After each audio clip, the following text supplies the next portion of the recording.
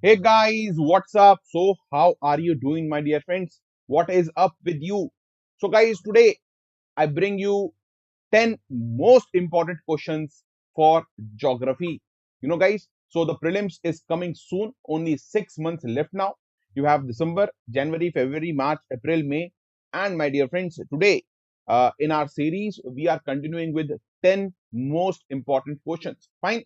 So, guys, what will be our modus operandi? First of all, guys, I will be giving you 1 to 1.5 minutes of time to look at the question, to read the question, and then we will be discussing that question thoroughly. So, first of all, my dear friends, I welcome you all on India's best platform, and that is none other than Gradeup. And my dear friends, please do like the session, please do share it, and my dear friends, please do share it on Instagram, Facebook, etc. Wherever you have access, please do that. That's my humble request to you. So guys, without further ado, let's start this class and let's look at the first question of the day. And this is the first question. Let's look at this question.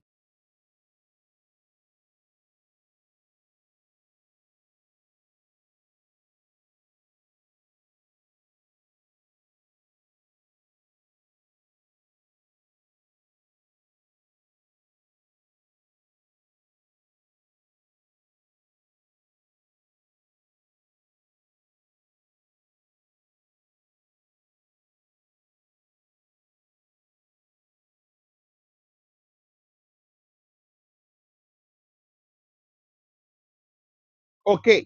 So, guys, I have given you ample time. So, let's discuss this question once and for all. First of all, I will be showing you a very, very awesome image of SST, that is sea surface temperature.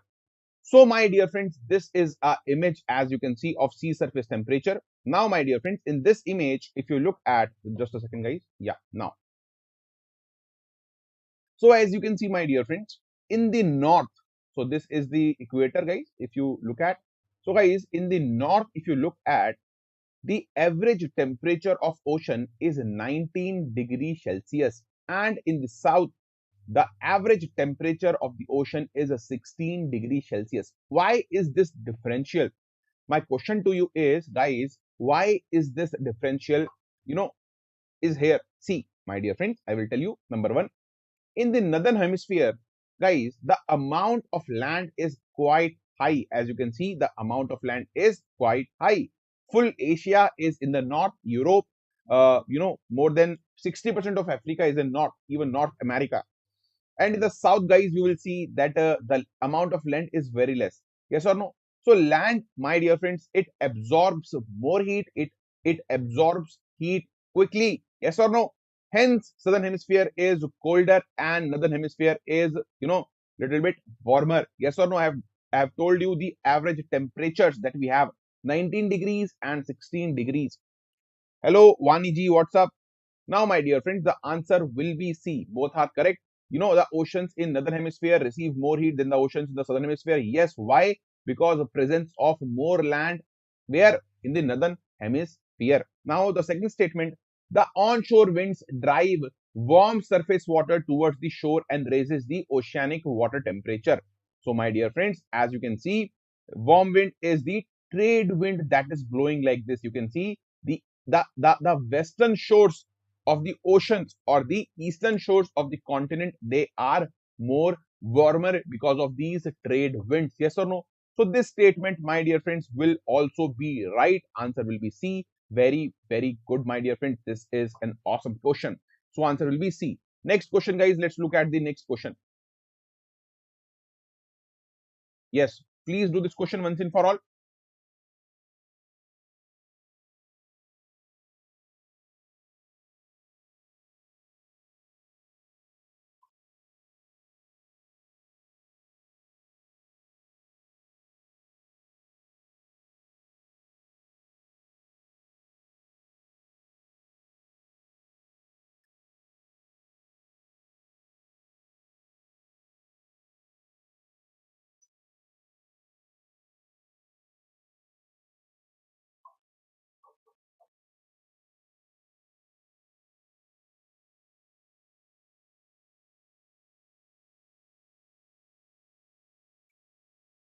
Guys, please look at this question.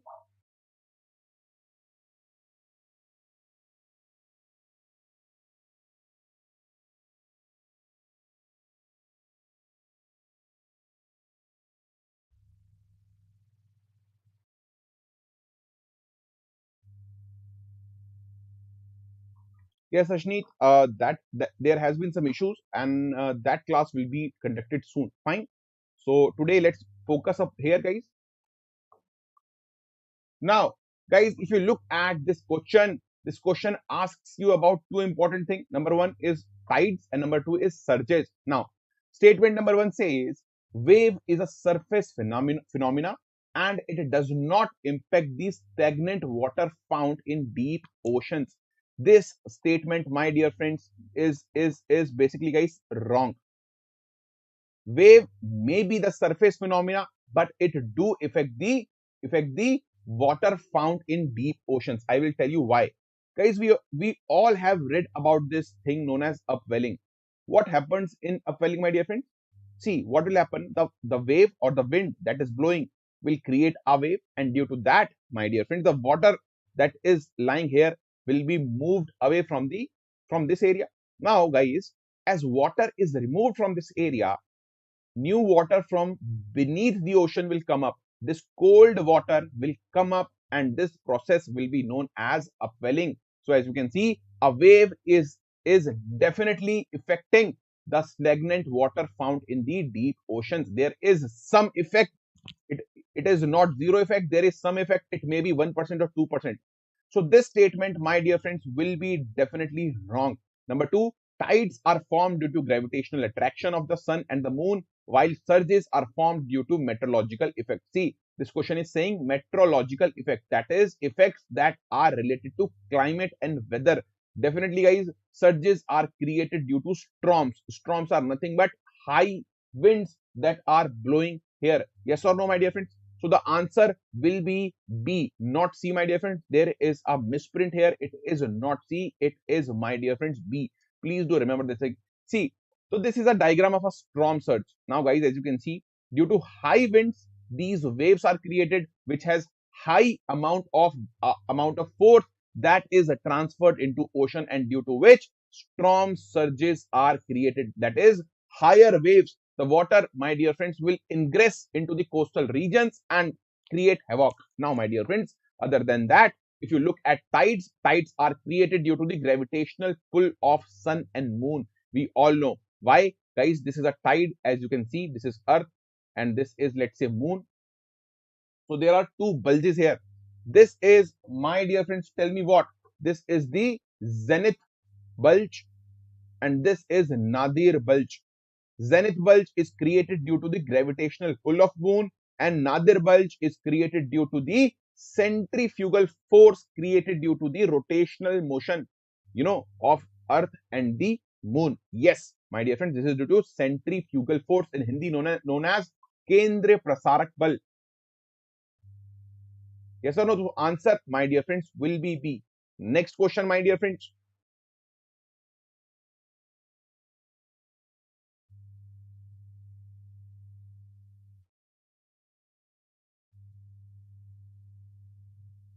Do this question.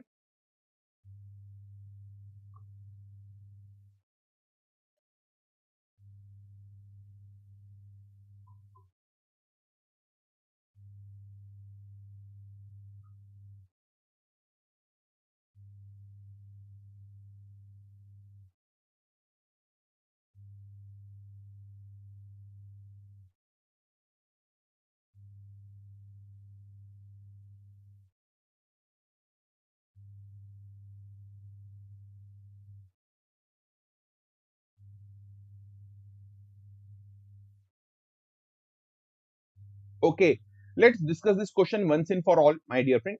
The statement one is essentially asking about a layer known as a thermocline. So let's first look at what is this layer thermocline. So, my dear friends, thermocline is a layer that is only found in the tropical and subtropical waters. First of all, it is only found in tropical and subtropical waters all the 12 months. In all the seasons, it could be found in tropical and subtropical waters, my dear friends.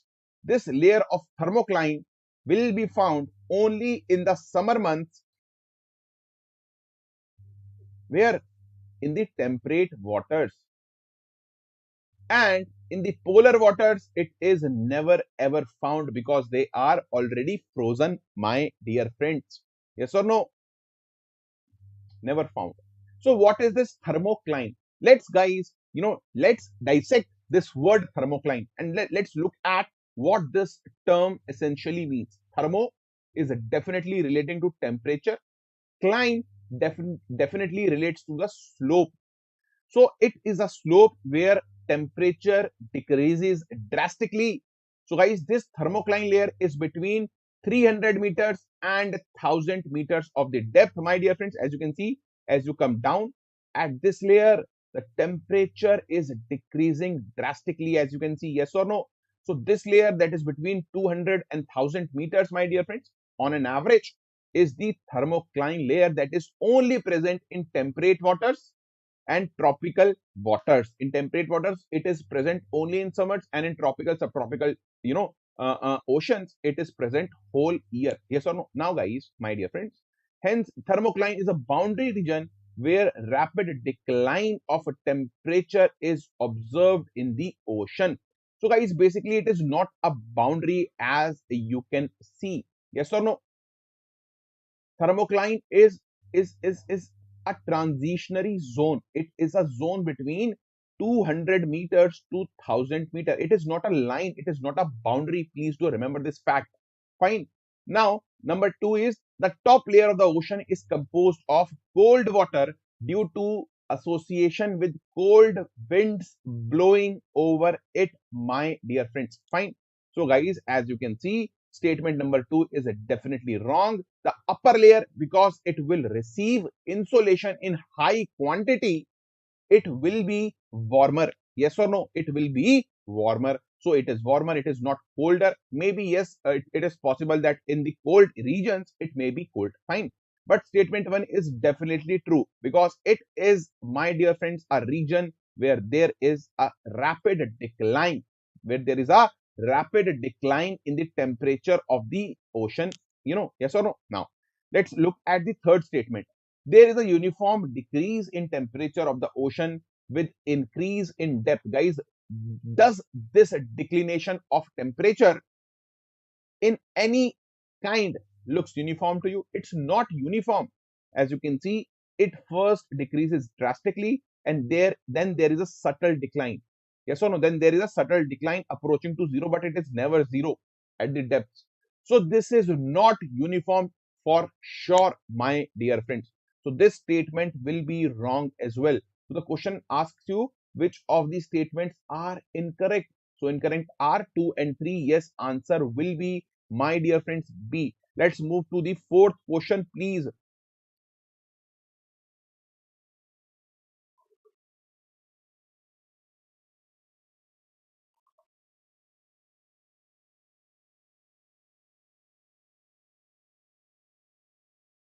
Look at this question, guys.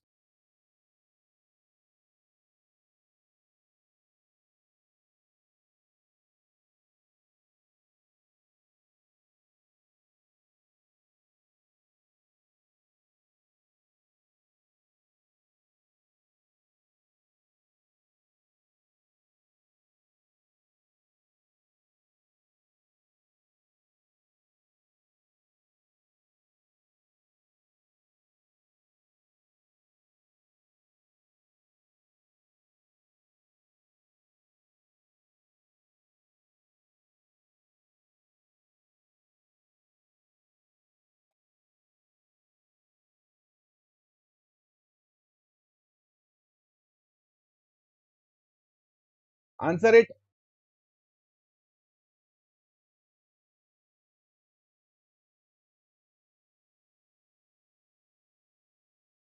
Now, guys, this question essentially talks about tides. Fine, it talks about tides. Now, let's look at what are these tides this question is asking about.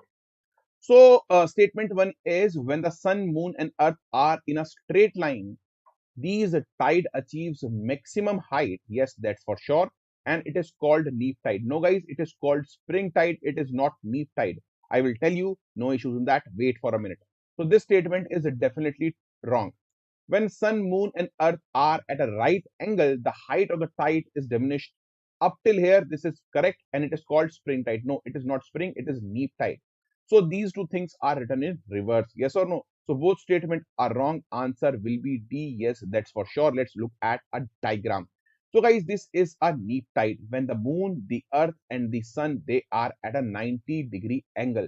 So my dear friends, as you can see, sun will be, attracting this side, and moon will be attracting from this side. So the resultant will be at here. Yes or no? The resultant pull will be somewhat somewhere here. Now, my dear friends, as you can see, neap tides, they are 20% lower than the normal tide. They are 20% lower, my dear friends. Please do remember this thing. Now, guys, and these neap tide, they happen during the 7th or the 8th day of fortnight. In Hindi, we say it Saptami or Ashtami. We have Shukla Paksh and Krishna Paksha. Yes or no?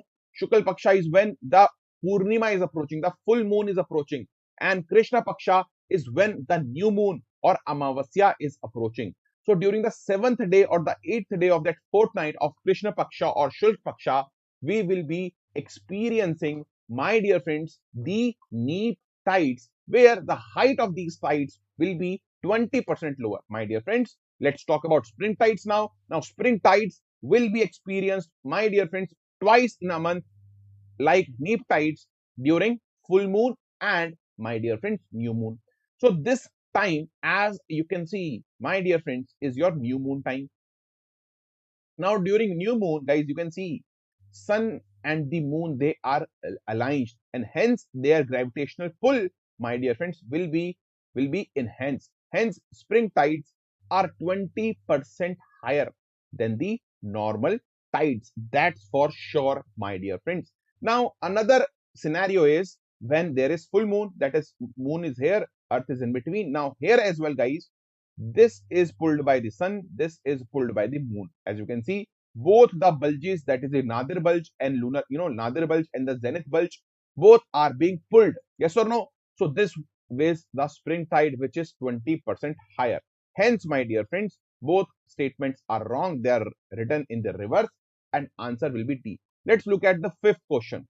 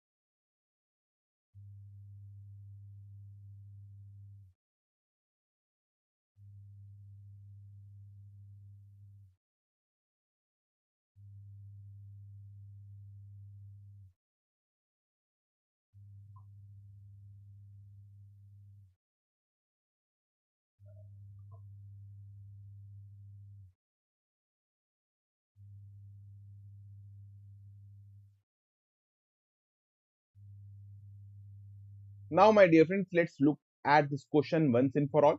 So this definitely asks you about what? It asks you about ocean bottom configuration.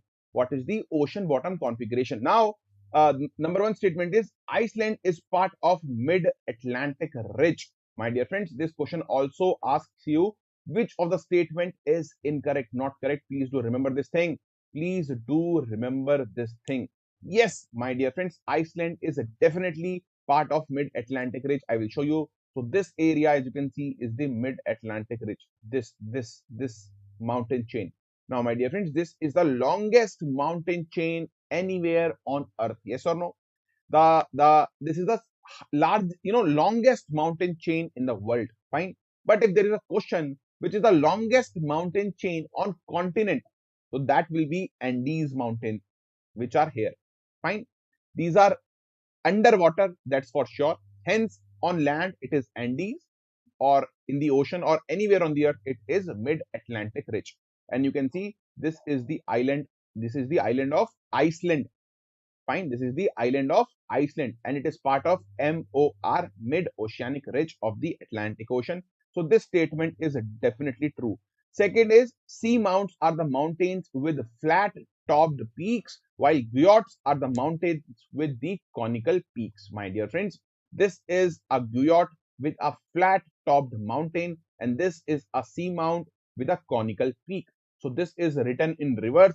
Hence, my dear friends, these statement is wrong. Number two statement is wrong. Number three, atolls are low-lying islands formed by coral reefs in temperate ocean. My dear friends, first of all, please do remember this thing. Atolls, they are coral. They are coral reefs. And one important thing about corals, they are found in tropical and subtropical ocean waters. They are not found, they can be found in temperate oceans, but very little, very less. Guys, Maldives, Lakshadweep, parts of Andaman and Nicobar are atolls. Atolls are when, my dear friends, what is a atoll? Guys, if you look at this mountain, let's say, okay, this is a submarine platform, and coral reefs, they start to build up their reef like this and this. So there is a lagoon that is created in between, and there is an island. If you look from the space, it will look circular to you. Fine. So atoll is definitely not in temperate oceans. They could be, but mostly they are where? Tell me, in the tropical or subtropical oceans. So 2 and 3 are wrong, and the question asks you about which statements are incorrect. Answer will be, my dear friends, 2 and 3 answer will be B. Very good. Okay, let's talk about next question.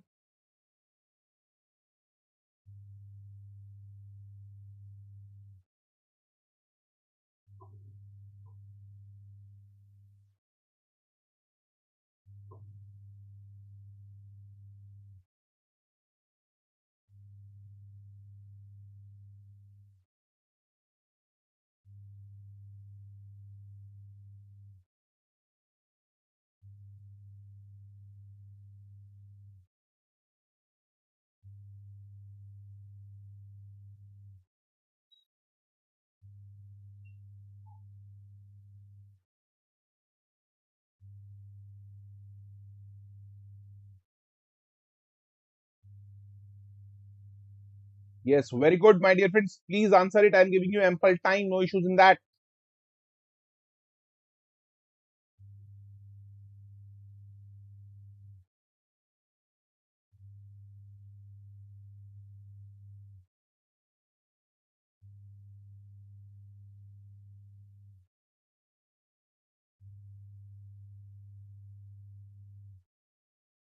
Fine. Let's discuss this question once and for all. This question essentially asks you about Coriolis force, number one.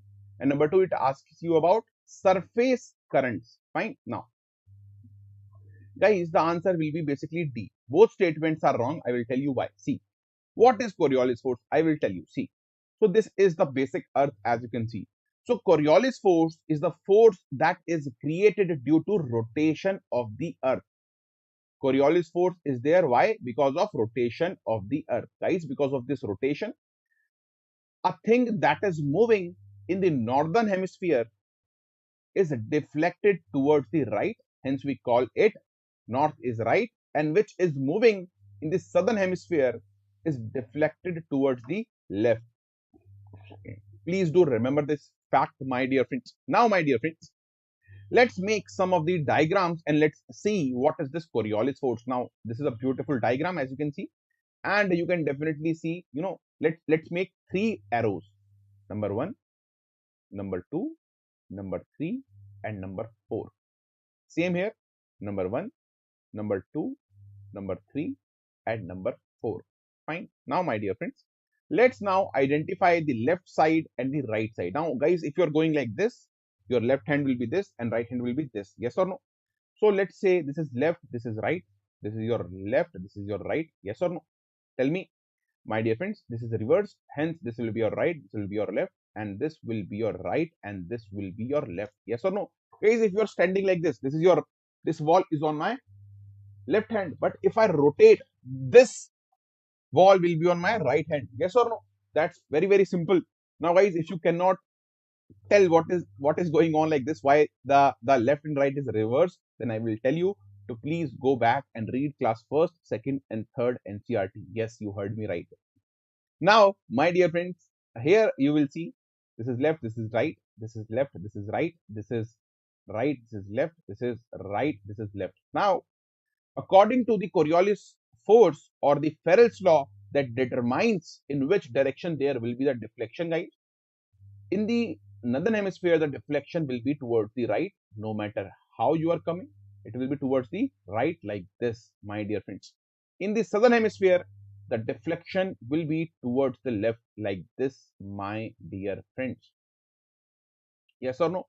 So this is nothing, my dear friends, but the Coriolis force. Now, the Coriolis force is caused by ocean currents. It is not caused by ocean currents. It is caused due to the rotation of the earth. Yes or no? And the direction is written in reverse. It is not left in the northern hemisphere. It is right in the northern hemisphere. So this statement is definitely wrong, my dear friends. Please mark my words here. Now, next is what? Tell me. Surface currents constitute 90% of the total water of the oceans, while the deep water currents constitute remaining 10%. That is not true, my dear friends. The SST, that is sea surface current, sorry, fine, they constitute only 10%, and thermohaline circulation or thermocline circulation that we call, I will write it down.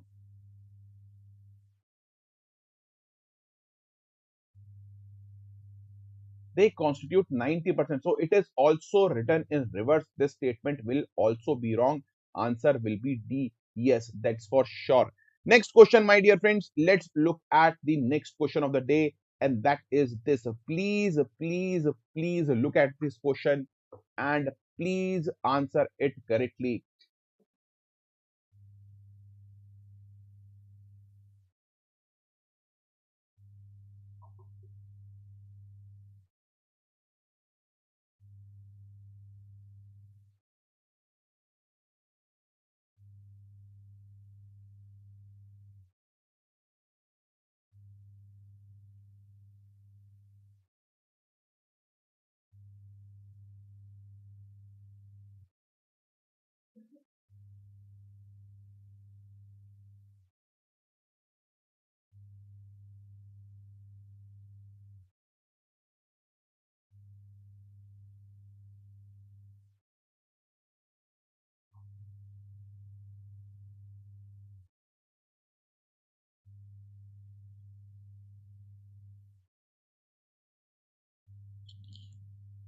Okay, let's discuss this question. So this question asks about oceanic deeps or trenches, and they are associated with volcanic eruptions and earthquake. We will see.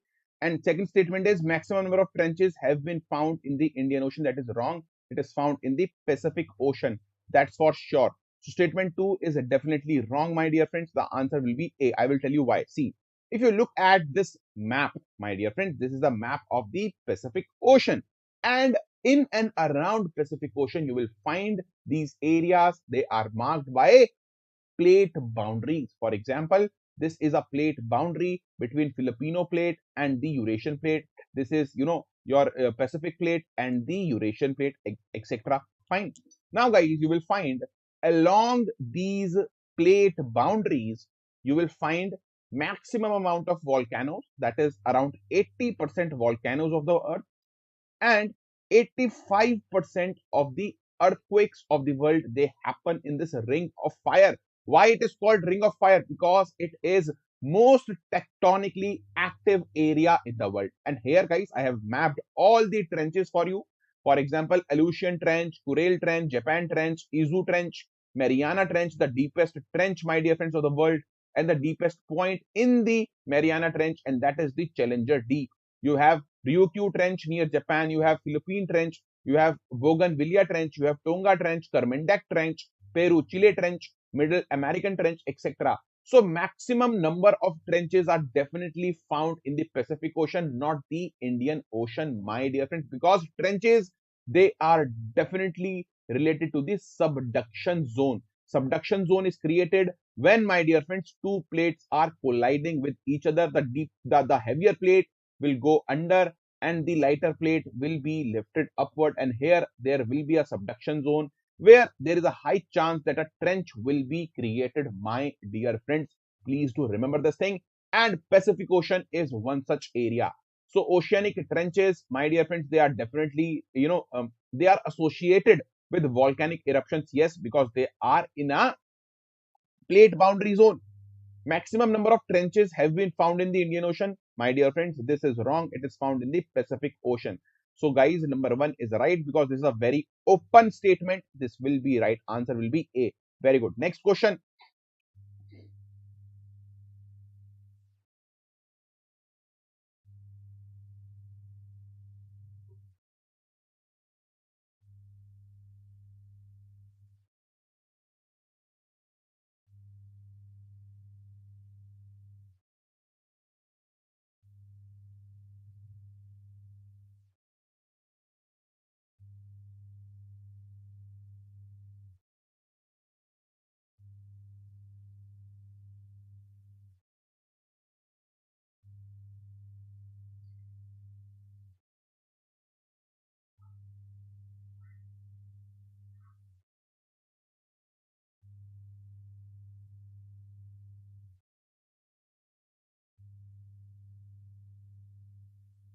Take your time, my dear friends. No issues in that.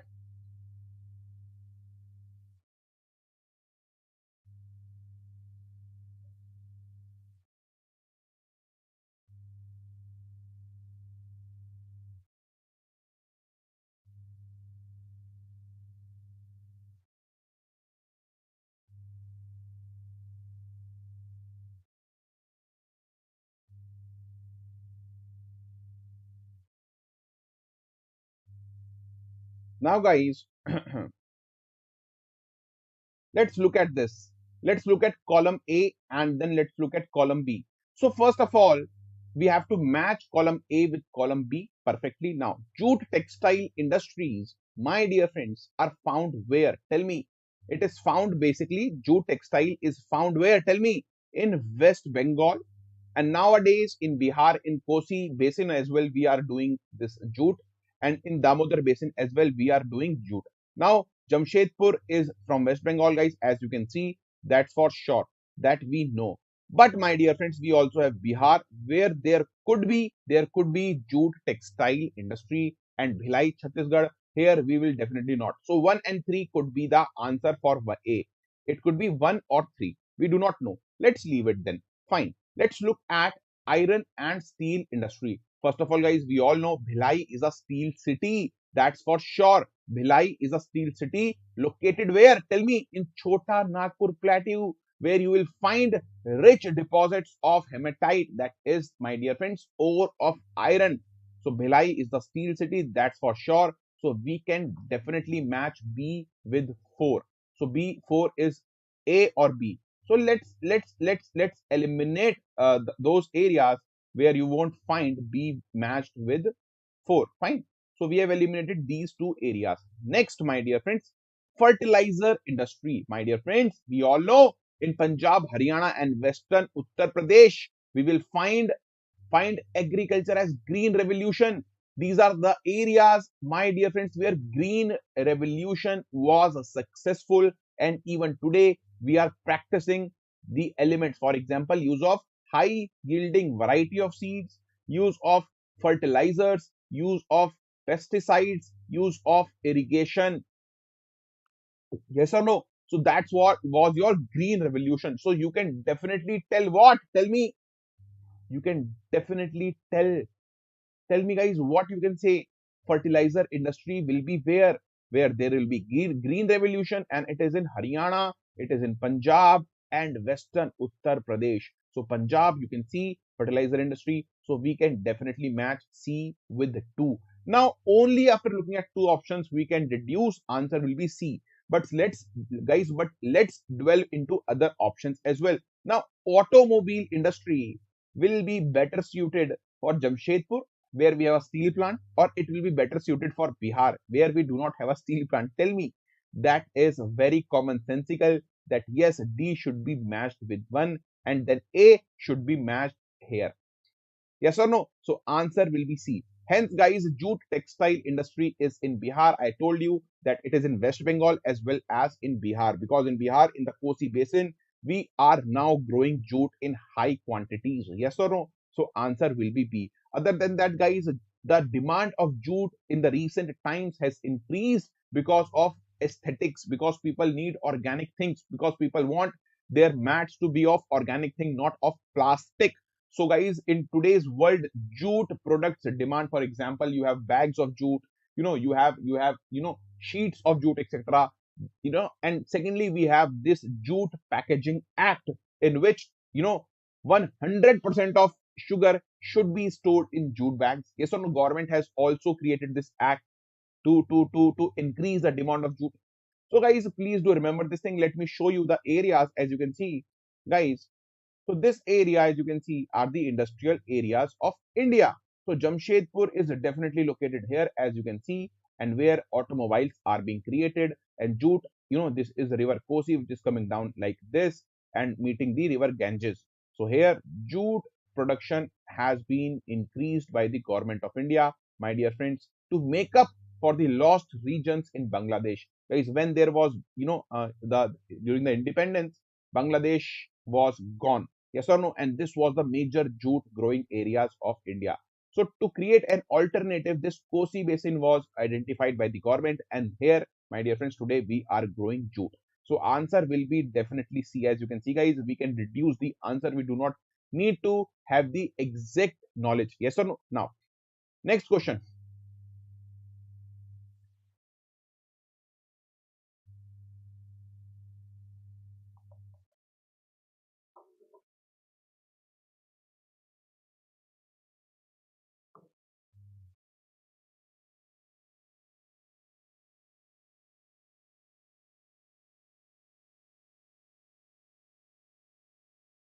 Tell me.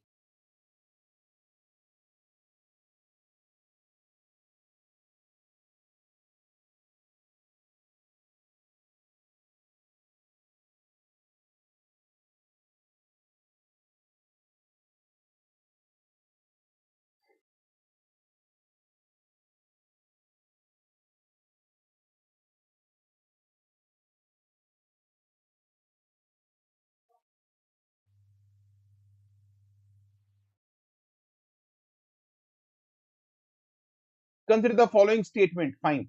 Mass movements are aided by gravity. Is that correct, my dear friends? And geomorphic agents like running water, glaciers, wind, waves, and current. I will tell you, no issues. Sliding of individual rock mass down bedding, joint, or fault surfaces are called rockslide. That may be true. Let's look at the geomorphic processes first. What are these? Individual things. Fine.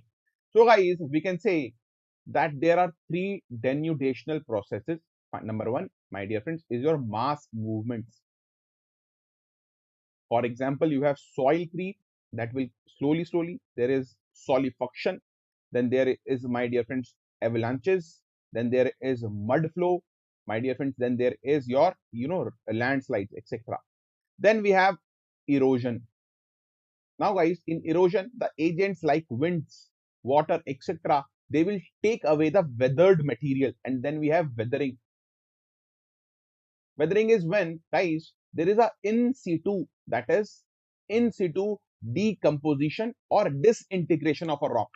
Okay, it may be due to chemical process or a physical process. For example, there is a rock, and slowly due to sun's heat, it will be breaking into small part because of contraction and expansion. Fine.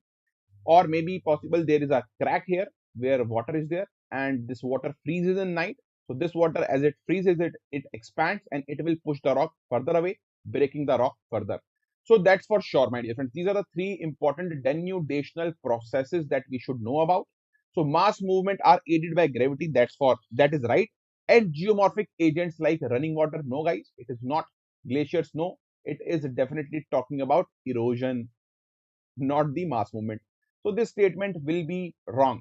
Sliding of individual rock masses, yes, they can be called rock slide. Statement 2 is definitely true. Answer will be B. Yes, that's for sure. Let's look at the last question.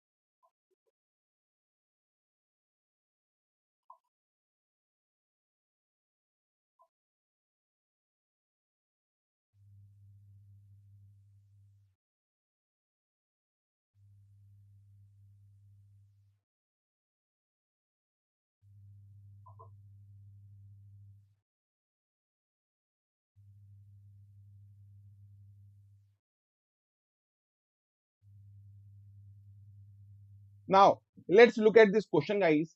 So this statement number 1 is about primitive subsistence agriculture is practiced on small patches of land, while intensive subsistence farming is practiced on large, on large patches of land. No, guys, it is wrong. If you have small field, you need, see, common sense. Fine, okay. If you have small field with you, you will need what? You will need larger yields from it. Yes or no? So you will use it intensively. Yes or no? You have small fields, so you want largest amount of crop coming out from it. So you will cultivate it intensively. Yes or no? And if you have large field, then you know that large field, yes, it will give me good amount of crop. So you will do it extensively, not so intensively. So primitive subsistence agriculture is practiced on small patches of land. No, it is practiced on larger land. And intensive, it is practiced on large. It is wrong. It is written in reverse. So this statement will be wrong, my dear friends. Now, Bewar or Dhaiya is a name given to primitive subsistence agriculture in Madhya Pradesh. Yes, my dear friends, this Bewar or Dhaiya is practiced by the tribes of this state. It is practiced by the tribes of this state. My dear friends, please do remember this thing. What? It is practiced by the tribes. Now, which kind of agriculture, my dear friends, is practiced by tribe? Please do think about it. Tell me, it is slash and burn agriculture. Yes or no, my dear friends? Please do tell me this thing. It is practiced by what? By the tribes. They will clear a patch of a forest and use it for cultivation. Then in the next season, my dear friends, they will leave this area fallow, and the forest will regenerate here, and then they will clear another patch of forest. So this is, yes, it is called Dhaiya or Bewar. That's for sure, my dear friends. This is a right statement. And then third is Milpa and Concuo is the name given to intensive subsistence farming in the state of Odisha. No, guys, it is practiced in Yucatan Peninsula of Mexico. It is from Mexico, my dear friends. Yes, this statement will also be wrong. And the question asks about the incorrect statement, not the correct statement. Answer will be what? Tell me. 1 and 3. These are the incorrect statement, my dear friends. This is it. Yes, AK, were you were not right. It was not 2 and 3. It was 1 and 3. Fine. So answer is 1 and 3. So my dear friends, this is it. As you can see, this was our class. Now, my dear friends, this is Gradeup Super for you. We provide you a comprehensive course for the GS pre-cum main, and our course is available in English as well as in the Hindi languages. Guys, I will tell you, please do remember this thing. Guys, if you want to give your attempt seriously, with all seriousness, do it once in your life. And for that, we provide you Gradeup Super. Please have the benefit of our structured courses with our star-studded faculty. Meet Harshmeet Sir, expert in polity; Kumar Pratik Sir, expert in economics; me, Rohan Tyagi, expert in ecology, geography, and current affairs; Naman Jain Sir, again, our economics expert; Vasu Katara Sir, expert in ethics, internal security, current affairs, and economics. He is a multi-talented guy, guys. And then we have B. Teja Sai, science and tech expert. And then we have the great Himani Suri ma'am teaching you the basics about NCRT, etc., and taking daily editorial classes for you. And then we have Shailendra Singh sir, NCRT expert as well. So, my dear friends, this is our rates. As you can see, very, very, very cost effective. You can give, my dear friends, one serious attempt using our Gradeup platform. That's for sure. And these are the free classes that we provide: daily editorial, daily current affairs. We provide you, my dear friends, special lectures as well. And we also provide you courses for UPSC EPFO exam, my dear friends. So this is it from my side, guys. My name is Rohan Tyagi and I'm signing off. Go Gradeup and never back down and never give up, my dear friends. I will meet you again very, very, very soon today at 9 p.m. with daily current affairs classes. Bye, guys. Take care. And my dear friends, God bless all.